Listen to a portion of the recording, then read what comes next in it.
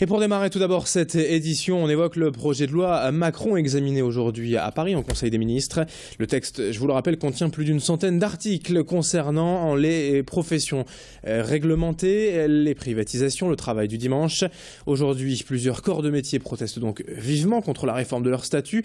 Et c'est le cas des professions de droit unis contre le projet de loi.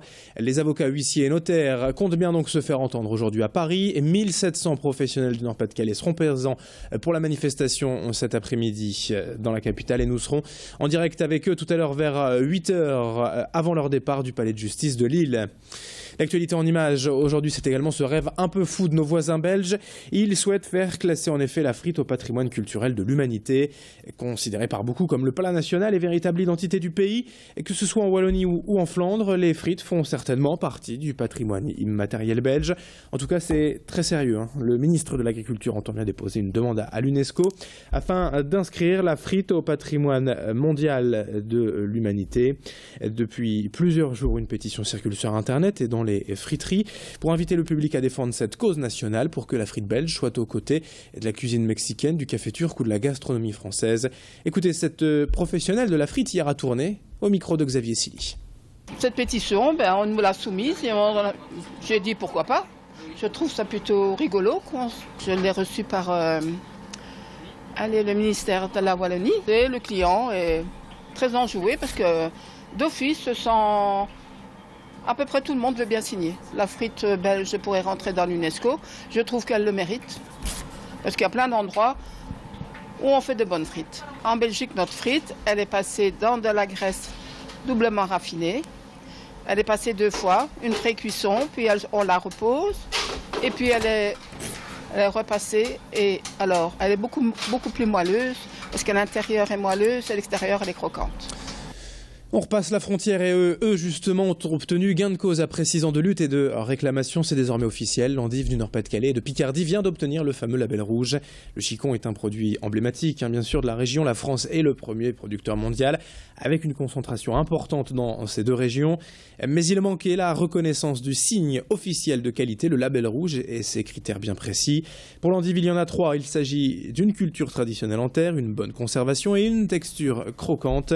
Le label rouge regroupe déjà 20 producteurs de la coopérative marché de Falampin aux abords de Lille, dont les Desmet ici à Canfin en Pével, qui gèrent tout depuis la plantation au mois de mai jusqu'à la récolte en ce moment même.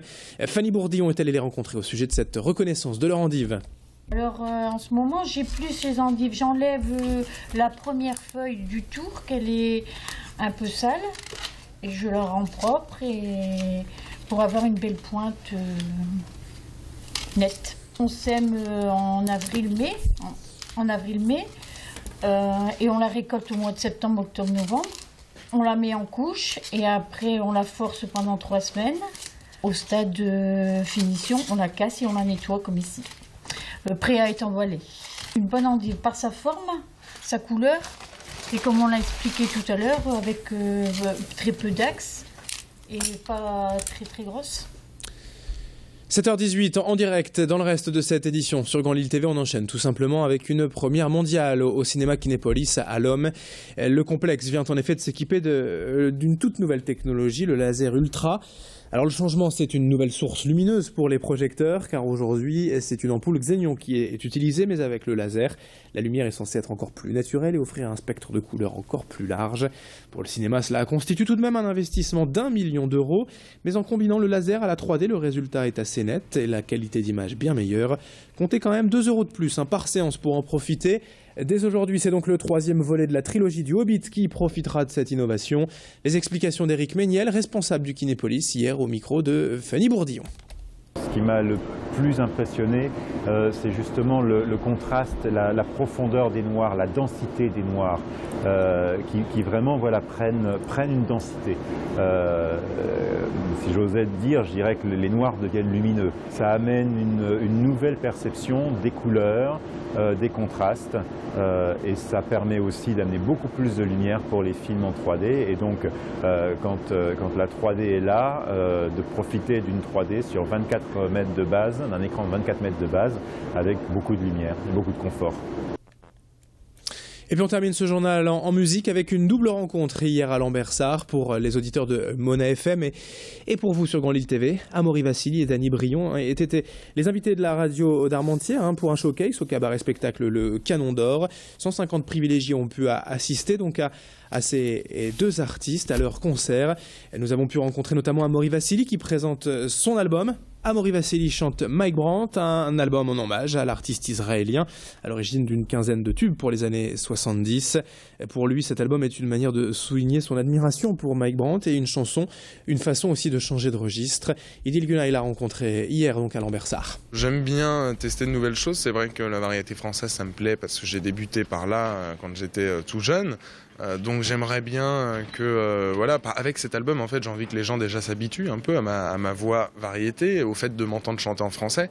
Donc ça, c'est un premier point. Après, je sais pas si je vais rechanger. Peut-être que je retournerai dans le classique et que je reviendrai encore après dans la variété. J'ai aucune idée. Tout ce que je sais, c'est que j'ai envie pour le prochain album, en tout cas, de proposer mes chansons. Donc cet album me permet aussi de préparer et d'avoir un peu de temps pour justement écrire et composer. C'est ainsi que se termine ce journal, 7h21 en direct sur Grand Lille TV. Dans un instant, votre météo et votre infotrafic.